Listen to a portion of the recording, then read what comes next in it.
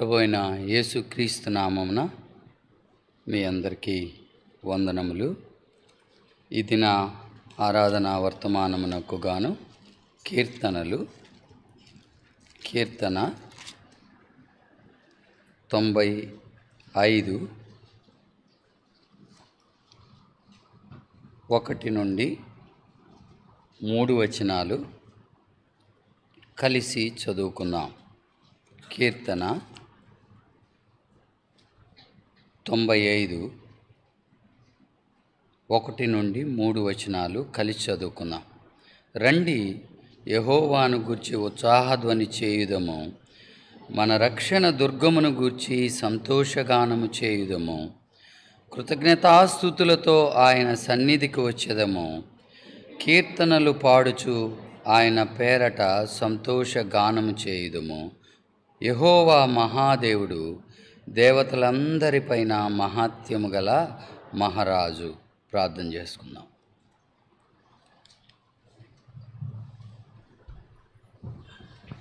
ప్రేమ కలిగిన తండ్రి, దయగలిగిన ప్రభువా, మరొకసారి మా ప్రభు అయిన యేసుక్రీస్తు వారి అత్యున్నతముగా హెచ్చించబడిన నామమున నీ పరిశుద్ధ సాన్నిధ్యంలో నీ పేరు పెట్టబడిన ప్రజల మధ్యలో చేరి నేను కూడా నిన్ను ఆరాధించటానికి, మేమందరము నిన్ను స్తుతించి గణపరచటానికి, కృతజ్ఞతాస్తుతులతో నీ సన్నిధికి రాగలగటానికి నీవిచ్చిన తరుణాన్ని బట్టి నిన్ను స్తుతించి గణపరుస్తూ ఉన్నాను. యెహోవా, నీవు కృపగలవాడవు, నీ వాత్సల్యత ఎడతెగక నిలుచున్నది గనుక మేము నిర్మూలము కాకున్న వారము. అనుదినము నూతనముగా నీకు వాత్సల్యత పుట్టుచున్నది. నీవెంతైనా నమ్మదగిన దేవుడవు. అందును బట్టి నిన్ను ఆరాధించి స్తుతిస్తూ ఉన్నాను. నీవు మమ్మల్ని రక్షించుకున్న విధానాన్ని బట్టి నీకు వందనాలు. రక్షణలో కొనసాగే ప్రక్రియలో మా జీవానికి, మా భక్తికి కావలసిన దైవశక్తిని దినదినము ప్రసాదిస్తున్న విధానాన్ని బట్టి నీకు వందనాలు. ఈ క్రమంలో మమ్మల్ని మీరు ఏర్పాటు చేసుకొని సంఘంగా, సమాజంగా కూడుకొని నీ ఆరాధనా దినాన్ని పునస్కరించుకొని పాటలతో నిన్ను మహింపరచటానికి నీవిచ్చిన కృపను బట్టి నీకు వందనాలు. మరొకసారి వ్యక్తిగతంగా నిన్ను ఆరాధించాలని ఆశపడుతూ ఉండగా చదవబడిన లేఖన భాగముల మీద మీ ఆశీర్వాదం ఉంచి మీ ఆత్మ సంచారాన్ని మా మధ్య నుంచి నీవే నీ వాక్య భాగములను మాకు వివరిస్తూ రండి. అట్లు నీ వాక్యం చేత ప్రోత్సహించబడి నీవు ఆశించిన విధానంలో ఆత్మతో సత్యంతో నిన్ను ఆరాధించగలుగుటలో నీ కృపను దయచేస్తూ రమ్మని వేడుకుంటూ ఉన్నాను. ఇందు నిమిత్తం నిలబడుతున్న నీ దాసుడనైన నేను ఎంత బలహీనుడనో, చేతగాని వాడినో నీ వెరుగుదువు ప్రభా. దయతో నన్ను కరుణించి నీ కృప చొప్పున నన్ను జ్ఞాపకం చేసుకొని నీ సిలువ చాటును నన్ను మరుగుపరిచి పలుకుటకు వాక్శక్తినిచ్చి నీ ప్రజల మహిమార్థమై నీ మహిమార్థమై నీ ప్రజల క్షేమం కొరకై నన్ను ఒక సాధనంగా వాడుకుంటూ రమ్మని సమస్త మహిమ, ఘనత, ప్రభావములు నీకే ఆరోపించుకుంటూ యేసుక్రీస్తు వారి అతి పరిశుద్ధ నామమున వందనములతో ప్రార్థిస్తున్నాను తండ్రి. ఆమెన్.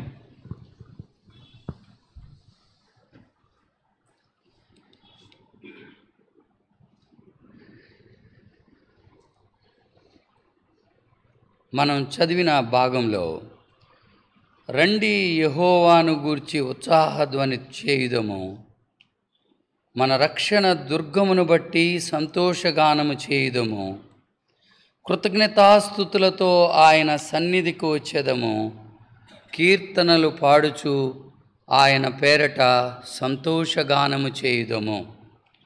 కృతజ్ఞతాస్తుతులతో ఆయన సన్నిధికి వచ్చేదము అనే మాటను మనం జ్ఞాపకం చేసుకుంటే ఈ దినాన మన దేవుడు ఎవరు అనే దాన్ని బట్టి మనం దేవునికి కృతజ్ఞతలు చెప్పాలి అని జ్ఞాపకం చేయబడతా ఉంది. గ్రీటింగ్ కార్డ్స్ మీద ముద్రించబడే వేలాది రాగరంజితమైన వాక్యాలు, సెంటిమెంటల్ వర్డ్స్ని, ఆ వాక్యాలని మనం గమనించినట్లయితే మన హృదయానికి బాగా హత్తుకునే వాక్యం ఏంటి అనంటే, నీవు నీలాగే ఉన్నందుకు ధన్యవాదాలు అనేది ఒక మాట కావచ్చు. నీవు నీలాగే ఉన్నావు ధన్యవాదాలు అనే గ్రీటింగ్స్ అందుకున్న, ఆ గ్రీటింగ్ కార్డుని అందుకున్న ఏ వ్యక్తి అయినా వారిని సంతోషపరిచేదిగా ఉంటుంది. ఎందుకంటే ఎవరో ఒకరు మన పట్ల శ్రద్ధాసక్తులు కలిగి ఉన్నారని, మన గురించి ఆలోచిస్తున్నారని ఆ వాక్యం తెలియజేస్తుంది.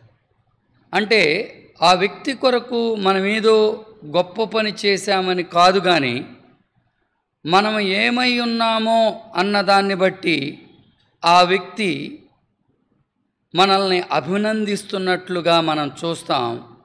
అందుకే మనం సంతోషించగలుగుతాం. మనం దేవునికి కృతజ్ఞతాస్తుతులు చెప్పటానికి ఎన్నో కారణాలు ఉన్నాయి.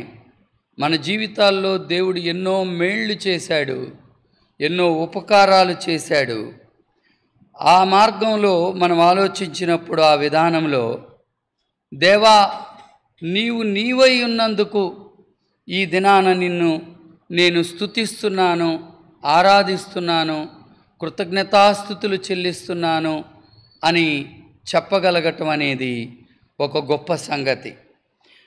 నీవుగా ఉన్నందుకై నేను నిన్ను ఆరాధిస్తున్నాను అని జ్ఞాపకం చేసుకున్నప్పుడు దేవుని యొక్క గుణగణాలను మనం జ్ఞాపకం చేసుకుంటాం. అలా మనం చెప్పగలగాలంటే మొదటి దినవృత్తాంతములు 16వ అధ్యాయం 34వ వచనంలో చెప్తాడు, యెహోవా దయాళుడు, ఆయన కృప నిరంతరముండును, ఆయనను స్తుతించుడి. ఇక్కడ కీర్తనాకారుడు జ్ఞాపకం చేసే మాట, దేవా నీవు నీవై ఉన్నందుకై నేను నిన్ను స్తుతిస్తున్నాను. ఏమై ఉన్నాడు? యెహోవా దయాళుడు, ఆయన కృపాళుడు. అందును బట్టి మనం ఆయనకి కృతజ్ఞతాస్తుతులు చెల్లించాలి. ఇంగ్లీష్లో గాడ్ ఈజ్ గుడ్ అనే మాట రాసింది. దానికి ఇంకొక తెలుగు వర్షన్లో యెహోవా ఉత్తముడు అని రాసుంటుంది. మనం ఈ దినాన జ్ఞాపకం చేసుకోవాల్సింది, ఆయన ఎంత ఉత్తముడు అనంటే, యెహోవా ఉత్తముడు, ఆయన కనికరము ఆయన సమస్త కార్యముల మీద ఉన్నవి అని మనం జ్ఞాపకం చేసుకొని ఆయన్ని ఆరాధించవలసిన వారంగా ఉన్నాం. కీర్తనలలో ఆయన గుణగణాలను ఎత్తిపట్టుకొని ఆయనకి కృతజ్ఞతాస్తుతులు చెల్లించినటువంటి చాలా సందర్భాలు మనం చూడవచ్చు. చాలా వచనాలను మనం గమనించవచ్చు. కీర్తన 7:17లో ఏమంటాడంటే, యెహోవా న్యాయము విధించువాడవు, అందును బట్టి నేను నీకు కృతజ్ఞతాస్తుతులు చెల్లించుచున్నాను అని చెప్తాడు. కృతజ్ఞతాస్తుతులతో ఆయన సన్నిధికి వచ్చిన మనం జ్ఞాపకం చేసుకోవాల్సిన మరొక మాట ఏంటి? ఈ వాక్యాలన్నీ జ్ఞాపకం చేసుకునేటప్పుడు అని ఆలోచిస్తే, మనం ఎటువంటి పరిస్థితుల్లో ఉన్నా, అనుకూలమైన పరిస్థితులున్నా, ప్రతికూలమైన పరిస్థితులు ఉన్నప్పటికీ మన దేవునికి కృతజ్ఞతాస్తుతులు చెల్లించటం నేర్చుకోవలసిన వారంగా ఉన్నాం. ఉదాహరణకి ఈ 2020వ సంవత్సరంలో ప్రపంచమంతా అనేకమైన విపత్తులు ఒక్కసారే ముంచివేసినట్లుగా ఈ కోవిడ్-19 ద్వారా రాజకీయ అనిశ్చిత పరిస్థితులు, అంతేకాదు ఆర్థిక సంక్షోభం, ప్రతి విషయంలోనూ అన్సర్టనిటీ, భవిష్యత్తు గురించినటువంటి సరైన భరోసా ఎవరు ఇవ్వలేకపోతున్నారు. మనల్ని ఏదో ఆందోళనకు గురి కావటానికి చెప్పటం కాదు, కానీ మన దేవుడు మనతో ఎల్లప్పుడూ ఉన్నాడు. కానీ మనం వార్తలు చూస్తున్నప్పుడల్లా కరోనా సెకండ్ వేవ్ స్టార్ట్ అయిందని, అది నిజమే. అమెరికా ఇతర దేశాల్లో భయంకరంగా ఉంది అని, అటువంటి పరిస్థితుల్లో భవిష్యత్తు ఎలా ఉండబోతుంది అనే విషయాలని మనం ఆలోచించినప్పుడు ప్రస్తుత పరిస్థితులను బట్టి మనం ఆయనకి కృతజ్ఞతాస్తుతులు చెల్లించటం అనేది అంత తేలికైనటువంటి విషయం కాదు. అయినా దేవుడు మనల్ని ప్రోత్సహించేటువంటి విషయం ఏంటంటే, యెహోవా తన పరిశుద్ధాలయమందున్నాడు. హబక్కుకు చెప్పే మాట, లోకమంతా ఆయన సన్నిధిని మౌనముగా ఉండాలని జ్ఞాపకం చేస్తా ఉన్నాడు. మౌనముగా ఉండుట అంటే నోరు మూసుకొని ఉండటం అని కాదు. రెవరెన్స్ విత్ అనే మాట అంటే గౌరవంతో కూడిన భయంతో, మన దేవుడు సార్వభౌమాధికారం కలిగిన దేవుడు, సమస్తాన్ని సృష్టించి నిర్వహిస్తున్న దేవుడు, ఆయన ఏం చేస్తున్నాడు అనే విషయం ఆయనకు బాగా తెలుసు అనే సంగతిని మనం గ్రహించి, అవి ఎటువంటి పరిస్థితుల్లో అయినా సరే మనం ఆయనకి కృతజ్ఞతాస్తుతులు చెల్లించటం నేర్చుకోవాలి. మనం గమనించిన మాటలో, మనం చదివిన భాగంలో ఆయనకి కృతజ్ఞతాస్తుతులు చెల్లించటానికి ఒక కారణం ఏంటి అని అంటే 95వ కీర్తన 3వ వచనంలో చెప్తాడు, యెహోవా మహాదేవుడు, దేవతలందరిపైన మహాత్యము కలిగినటువంటి మహారాజు. మన దేవునికి ఉన్నటువంటి గుణగణాల్లో ఆయనను అత్యున్నతమైన స్థితిలో ఉంచేటువంటి మాట. దేవుళ్ళు అనబడేవాళ్ళు, దేవతలు అనబడేవాళ్ళు, వాళ్ళందరినీ మించి ప్రత్యేకమైనటువంటి గుణగణం మన దేవుల్లో మనం చూడగలిగేది ఆయన గొప్పతనం, ఆయన పరిశుద్ధతలో మనం చూడగలుగుతాం.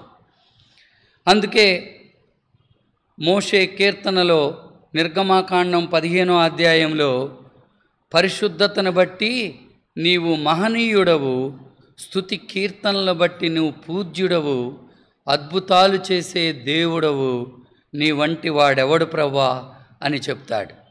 అదే కీర్తన 89లో జ్ఞాపకం చేసుకుంటే, ఆయన పరిశుద్ధత విషయంలో ఎంత అసమానుడు అనేది, ఆ పరలోక రాజ్యంలో ఆయన మహిమను తెలియజేస్తున్న సందర్భంలో, మింటను యెహోవా నీకు సాటి అయిన వాడెవడు, దైవపుత్రులలో నీ వంటి వాడెవడు, పరిశుద్ధుల దూతల సభలో నీవు మిక్కిలి భీకరుడవు, నీ చుట్టూ ఉన్న వారందరికంటే భయంకరుడవు, నీ వంటి వాడెవడు, యెహోవా సైన్యములకు అధిపతియగు యెహోవా నీ వంటి బలాఢ్యుడెవడు అని చెప్పినట్లుగా మనం చూస్తాం. యెహోవా దయాళుడు, అందును బట్టి మనం ఆయన్ని ఆరాధించాలి. ఆయన ఉత్తముడు, ఆయన కనికరం ఆయన సమస్త కార్యముల మీద ఉన్నవి, అందును బట్టి ఆయన్ని ఆరాధించాలి. న్యాయ పరిపాలన చేసేటువంటి దేవుడు, అందును బట్టి ఆయన్ని ఆరాధించాలి. ఆయన పరిశుద్ధతను బట్టి మనం ఆయన్ని జ్ఞాపకం చేసుకొని ఆయన్ని ఆరాధించాలి. Is your God is two small అనేటువంటి పుస్తకంలో జేబి ఫిలిప్స్ అనే భక్తుడు దేవుని గొప్పతనాన్ని, యెహోవా మహాదేవుడు, దేవతలందరిపైన మహాత్యము కలిగిన మహారాజు, మహాత్యము, ఆయన గొప్పతనాన్ని దృఢపరుస్తున్నాడు. ఎలా అంటే, మీ దేవుడు చిన్నవాడైతే మీ విశ్వాసం కూడా చిన్నదిగా ఉంటుంది. మీ దేవుడు గొప్పవాడైతే మీ విశ్వాసం కూడా గొప్పగా ఉంటుంది. ఆ గొప్పతనం మీ విశ్వాసానిది కాదు, అది గొప్పవాడైన దేవుని పట్ల మీకున్న గొప్ప విశ్వాసం. మన దేవుడు గొప్పవాడైతే మరి ఆయన గొప్పతనాన్ని బట్టి మనం ఎలా స్పందించాలి అనంటే, రండి యెహోవాను గూర్చి ఉత్సాహధ్వని చేయుదము, కృతజ్ఞతాస్తుతులు చెల్లించుచు ఆయన సన్నిధికి వచ్చేదము. ఎలా ఆయన్ని గొప్పతనాన్ని మనం చాటగలమంటే, ఆయన్ని ఆరాధించి స్తుతించి కృతజ్ఞతాస్తుతులు చెల్లించుట ద్వారానే. ఆయన గొప్ప దేవుడై ఉన్నందుకు ఆయన్ని స్తుతించాలి. ఆయన గొప్పతనం మరొక కోణంలో మనం చూస్తే ఇక్కడ 4-5 వచనాలు మనం చదువుకుంటే, కీర్తన 95 4-5 వచనాలు మనం కలిసి చదువుకుందాం. భూమి అగాధ స్థలములో ఆయన చేతిలోనున్నవి, పర్వత శిఖరములు ఆయనవే, సముద్రము ఆయనది, ఆయన దానిని కలుగ చేసెను, ఆయన హస్తములు భూమిని నిర్మించెను. ఇక్కడ గమనించినట్టయితే దేవుడు సృష్టికర్తగా మనకు కనపడుతున్నాడు. అది భూమి అగాధమైనప్పటికీ, పర్వత శిఖరములైనప్పటికీ వాటన్నిటికీ ఆయన దేవుడై ఉన్నాడు.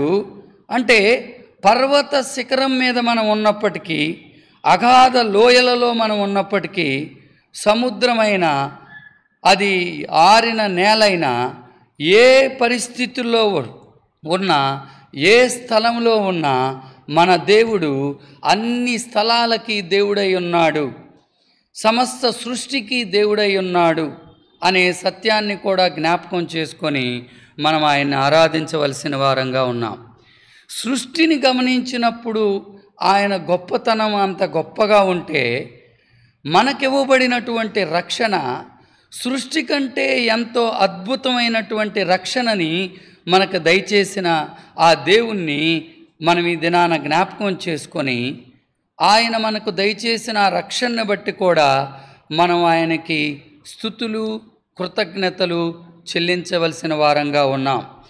మన పాట జ్ఞాపకం చేసుకుంటే, సృష్టి గొప్పది అద్భుతమేగా, అంతకంటే గొప్పది ఏంటంటే పాపికి రక్షణ ఇవ్వటం అనేది మరి గొప్పది. ఎందుకు అనంటే ఆయన సర్వస్వం ఇచ్చి మనల్ని ఒక విలువైన ముత్యంగా కొనుక్కున్నాడు. ఈ సందర్భాన్ని జ్ఞాపకం చేస్తూ, దేవుడి యొక్క ప్రేమని జ్ఞాపకం చేస్తూ, ఆయన లోకాన్ని ప్రేమించి తన సొంత కుమారుణ్ణి మన కొరకు ఇచ్చినటువంటి సందర్భాన్ని జ్ఞాపకం చేస్తూ, ఆయన ఇచ్చే గుణాన్ని జ్ఞాపకం చేస్తూ, చెప్పనసక్యమును మహిమాయుక్తమైన ఆ దేవుడు మనకిచ్చినటువంటి వరాన్ని పౌలు జ్ఞాపకం చేస్తూ ఉంటాడు. 2 కొరింథీయులకు రాసిన పత్రిక 2 కొరింథీ 9వ అధ్యాయం 15వ వచనాన్ని మనం చూస్తే, చెప్పశక్యము కాని ఆయన వరమును గూర్చి దేవునికి స్తోత్రము. ఇక్కడ పౌలు దేవునికి కృతజ్ఞతాస్తుతులు చెల్లించుటలో ఉద్దేశం ఏంటి అని అంటే, చెప్పశక్యము కాని ఆయన వరం, దేవుడు తన సొంత కుమారుణ్ణి మన కొరకై ఆయన బలియాగంగా ఇవ్వటానికి ఇష్టపడినటువంటి సందర్భాన్ని జ్ఞాపకం చేసుకున్నప్పుడు 14వ వచనంలో అత్యధికమైన కృపను చూపి అని రాస్తాడు. అంటే సర్పాసింగ్ గ్రేస్ అనే మాటని జ్ఞాపకం చేసుకుంటే, మన ఎడల దేవుడు కనపరిచిన ఆ అత్యధికమైనటువంటి కృపను గూర్చి మనం జ్ఞాపకం చేసుకొని ఆయన్ని స్తుతించవలసిన వారంగా ఉన్నాం.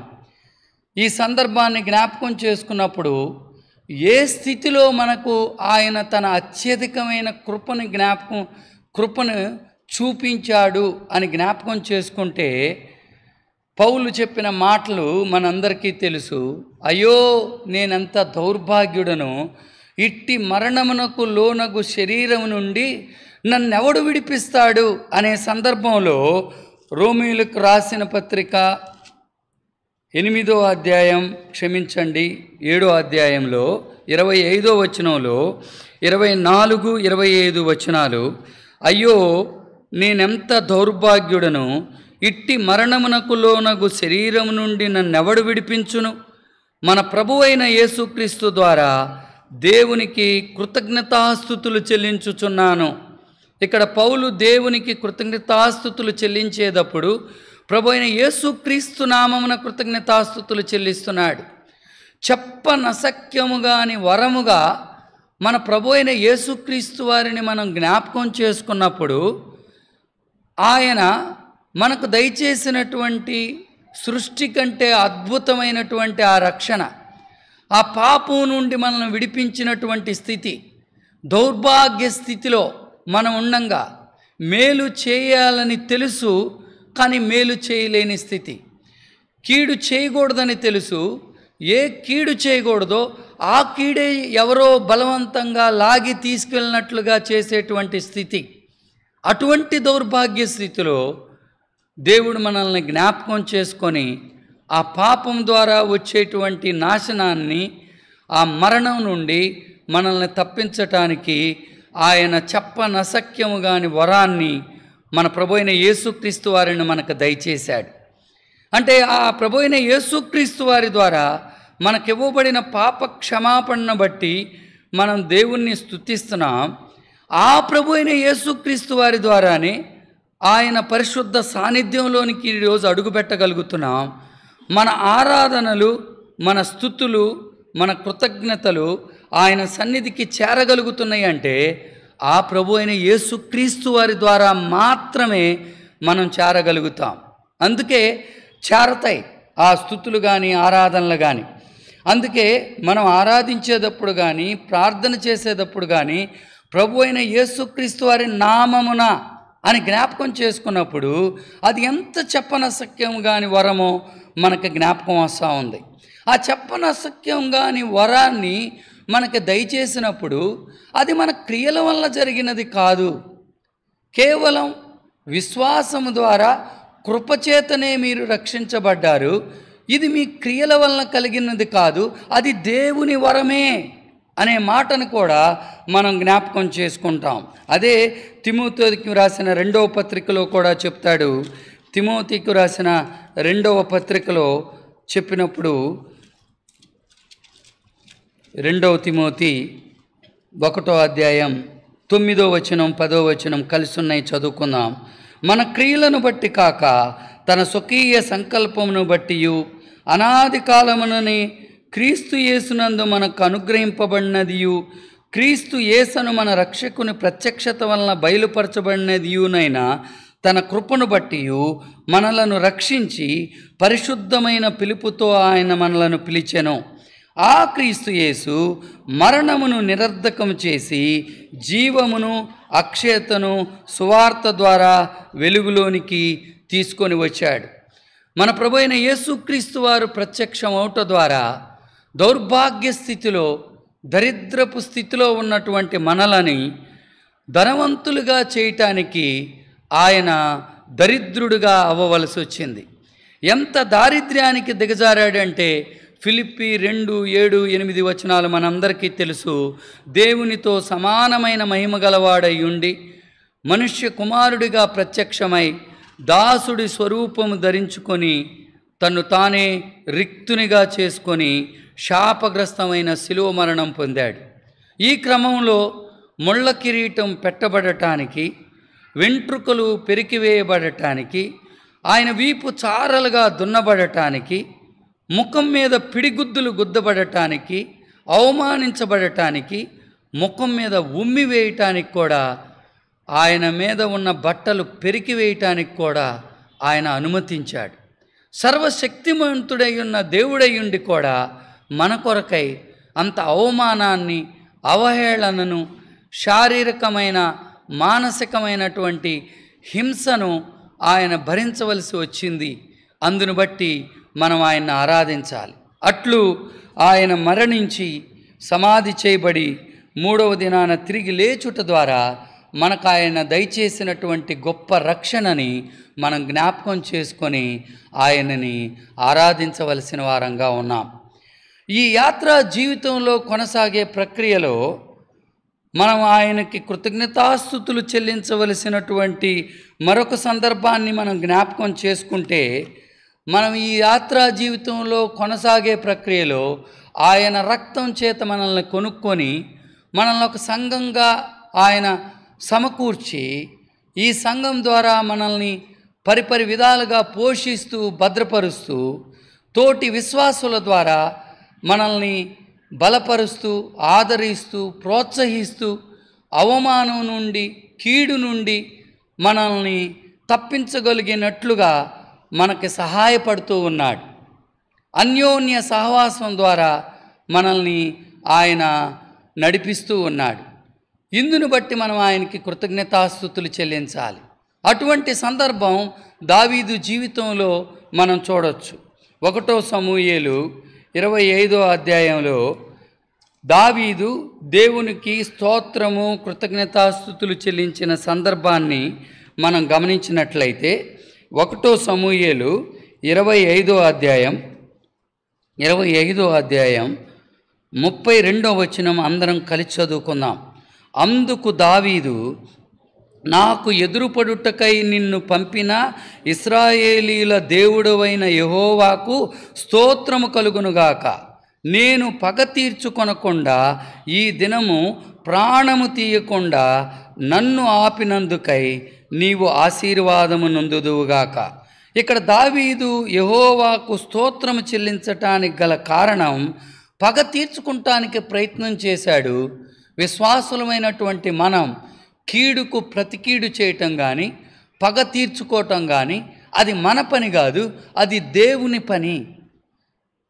అటువంటి విశ్వాసంలో ఆత్మీయతలో మనం ఎదగటానికి దేవుడు మనకి దినాన సహాయం చేస్తున్నాడు. ఎవరి ద్వారా? సంఘంగా సమకూర్చి తోటి విశ్వాసులంగా ఒకరినొకరు ఆదరించుకునేటట్లుగా, ఒకరినొకరు ప్రేమించుకునేటట్లుగా చేస్తాడు. ఈ సందర్భంలో దావీదు దేవునికి స్తోత్రం చెల్లించే విషయంలో అబీగయేలుని దేవుడు వాడుకున్నట్లుగా మనం చూస్తాం.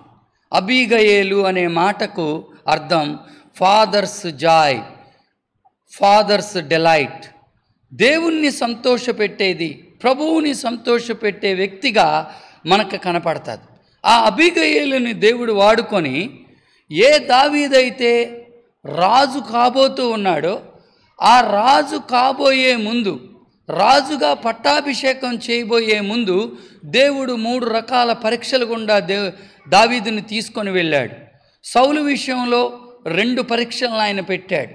సౌలు తరుముతూ ఉన్నప్పుడు సౌలు మీద తిరిగి పగ తీర్చుకుంటాడా లేదా అంటే పారిపోవటానికి, దాక్కుంటానికి ప్రయత్నం చేశాడు, కానీ పగ తీర్చుకోలేదు.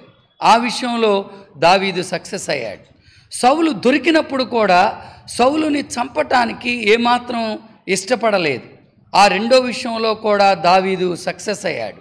కానీ నాబాలు విషయంలో నాబాలు తన మూర్ఖత్వాన్ని బట్టి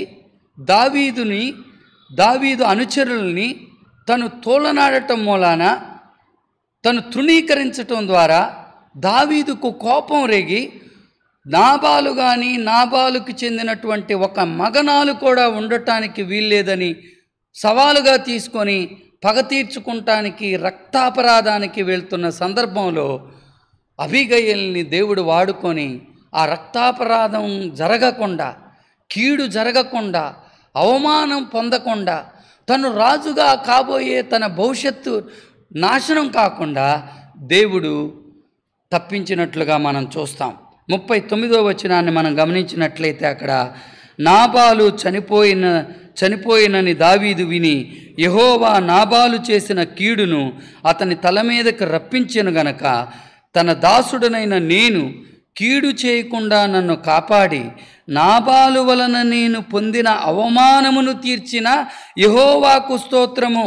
దేవునికి కృతజ్ఞతాస్తుతులు చెల్లించగలుగుటలో మరొక విషయం, ఈ యాత్రా జీవితంలో కొనసాగే ప్రక్రియలో కీడు నుండి, అవమానం నుండి భవిష్యత్తులో దేవుడు మనల్ని ఆశించినటువంటి విధానంలో ఆయన ఏ ఉచ్చ స్థాయిలో ఆత్మీయంగా మనం ఉండాలని కోరుకుంటున్నాడో ఆ ఉచ్చ స్థాయిలోనికి మనల్ని తీసుకురావటానికి ఆయన మనలో కార్యం జరిగిస్తూ ఉన్నాడు.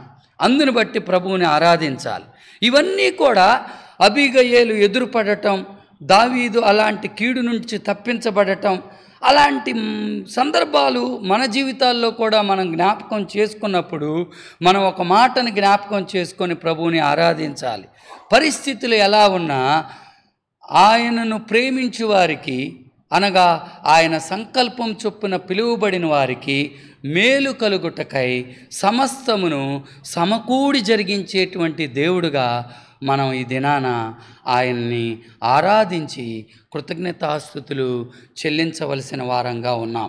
ఆఖరిగా మనం ఆయన ఆరాధించటంలో మరొక హేతు ఏంటంటే, ఆ చెప్పనసక్యము గాని వరమును దేవుడు మనకు దయచేసిన సందర్భంలో పౌలు కృతజ్ఞతాస్తుతులు చెల్లిస్తూ చెప్పిన మాట, మన ప్రభు అయిన యేసుక్రీస్తు ద్వారా దేవునికి కృతజ్ఞతాస్తుతులు చెల్లించుచున్నాను అని తర్వాత మనం చదువుకుంటే కాగా మనసు విషయంలో నేను దైవ నియమమును, శరీర విషయంలో పాప నియమమును దాసునై ఉన్నాను అని 8వ వచనంలో చెప్తాడు. కాబట్టి ఇప్పుడు క్రీస్తు యేసునందున్న వారికి ఏ శిక్షా విధియు లేదు. క్రీస్తు యేసునందు జీవమునిచ్చు ఆత్మ యొక్క నియమము పాపమరణ నియమముల నుండి నన్ను విడిపించెను. ఈ చెప్పనశక్యమైన వరం మన ప్రభు అయిన యేసుక్రీస్తు వారిని మనం జ్ఞాపకం చేసుకున్నప్పుడు, మన క్రియలను బట్టి కాక తన స్వకీయ సంకల్పం చొప్పునే అనాది కాలమునే ఆయన దయచేసిన యేసుక్రీస్తు వారి ద్వారా మనం విశ్వాసముంచి ఆయన మాటల్ని విని విశ్వాసము ద్వారా కృపచేత రక్షించబడిన మనం పాపము నుండి ఆయన మనల్ని విడిపించాడు, శిక్ష నుండి విడిపించాడు. ఈ దినాన యాత్రా జీవితంలో కొనసాగే ప్రక్రియలో పాపపు శక్తి నుండి కూడా మనల్ని విడిపిస్తూ ఉన్నాడు.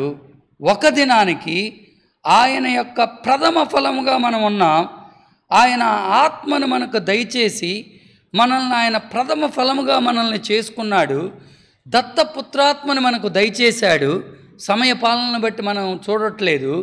ఆ దత్తపుత్రాత్మను మనకు దయచేయటం ద్వారా మనం దేవుని పిల్లలము అని మనకి ప్రతిసారి జ్ఞాపకం చేస్తూ ఉన్నాడు. తప్పిపోయిన ప్రతిసారి మరలా బలాన్ని ప్రసాదిస్తూ పాపాన్ని జయించే శక్తిని మనలో ఆపరేట్ చేస్తూ మనల్ని దేవుని బిడ్డలుగా మనలో ఉన్న ఆత్మ సాక్ష్యమిస్తూ ఉన్నాడు. అది చాలా గొప్ప సంగతి.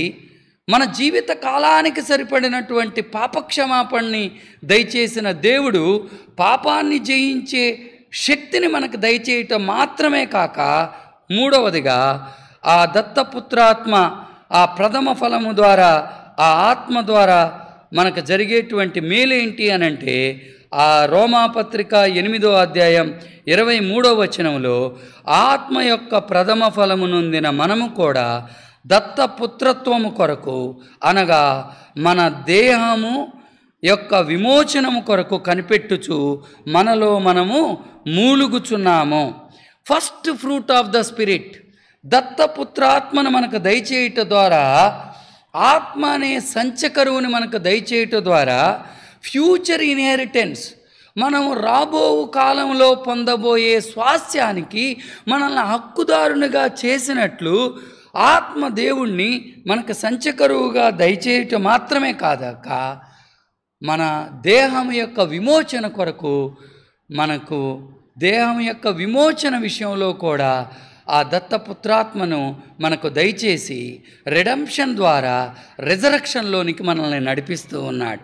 దీని కొరకు సృష్టి యావత్తు ఎదురు చూస్తున్నట్లుగా 18వ వచనంలో చూస్తాం.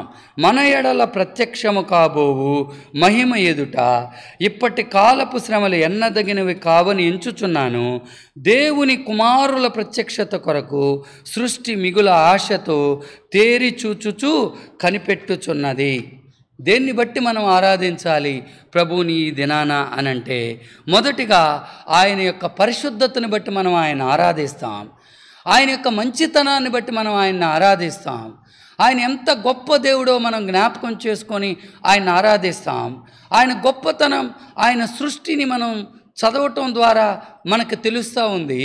ఆయన ఎంత గొప్ప దేవుడు అనంటే, అది పర్వత శిఖరమైనప్పటికీ, భూమి అగాధ స్థలములైనప్పటికీ, మనం ఎక్కడ ఉన్నప్పటికీ, అన్ని చోట్లకి, సమస్త సృష్టికి ఆయన ఆది సంభూతుడుగా, సర్వశక్తిమంతుడుగా ఉన్నాడనే సత్యాన్ని జ్ఞాపకం చేసుకొని మనం ఆయన ఆరాధించాలి. శత్రువైన సాతాను చేతిలో నుండి, పాప బంధకాల నుండి మనల్ని విడిపించే నిమిత్తం చెప్పనశక్యమును మహిమాయుక్తమైనటువంటి ఆ సంతోషాన్ని మనకు దయచేసే విషయంలో చెప్పనశక్యముగాని వరముగా మన ప్రభు అయిన యేసుక్రీస్తు వారిని ఆయన ప్రత్యక్షపరిచిన విధానాన్ని బట్టి ఆయన్ని మనం ఆరాధించవలసిన వారంగా ఉన్నాం. ఆ యేసుక్రీస్తు వారు మన కొరకై చేసినటువంటి బలియాగాన్ని జ్ఞాపకం చేసుకొని, ఆ శాపగ్రస్తమైన సిలువకు తన్ను తాను అప్పగించుకున్న విధానాన్ని బట్టి ఆయన్ని మనం ఈ దినాన ఆరాధించవలసిన వారంగా ఉన్నాం. యాత్రా జీవితంలో కొనసాగే ప్రక్రియలో మనల్ని సంఘంగా సమకూర్చి దైవజనుల ద్వారా, దైవదాసుల ద్వారా, వాక్యం ద్వారా మనల్ని పోషిస్తూ భద్రపరుస్తూ కీడు నుండి, అవమానాల నుండి మనల్ని తప్పిస్తూ ఆయన ఆశించిన ఆత్మీయ అంతస్తులోనికి మనల్ని నడిపిస్తున్న విధానాన్ని బట్టి మనం ఆయన్ని ఆరాధించవలసిన వారంగా ఉన్నాం. ఒక దినానికి మన దేహ విముక్తికి ఆయన మనకి సహాయపడబోతూ ఉన్నాడు. ఒక దినానికి ఆయన రాబోతూ ఉన్నాడు. ఆ నిరీక్షణతో మనం జీవించటానికి మనకి ఆ ఆత్మదేవుడు సహాయపడతా ఉన్నాడు. అట్లు మనల్ని ఆయన సారూప్యంలోనికి మార్చబోతూ ఉన్నాడు. అందును బట్టి మనం ఆయన్ని ఆరాధించవలసిన వారంగా ఉన్నాం. ఏమివ్వగలం అని మనం జ్ఞాపకం చేసుకున్నప్పుడు రెక్క కంటెను, కోడె కంటెను, డెక్కలను రెక్కలను గలగ పొటేళ్ల కంటెను కీర్తనలతో ఆయన్ని స్తుతించుట, కృతజ్ఞతాస్తుతులతో ఆయన్ను స్తుతించుట దేవునికి ఇంపైన సువాసన గొలిపే ఆరాధనగా ఉంటుందని 69వ కీర్తనలో చెప్తాడు. ఆ విధానంలో ప్రభువుని ఆరాధిద్దాం.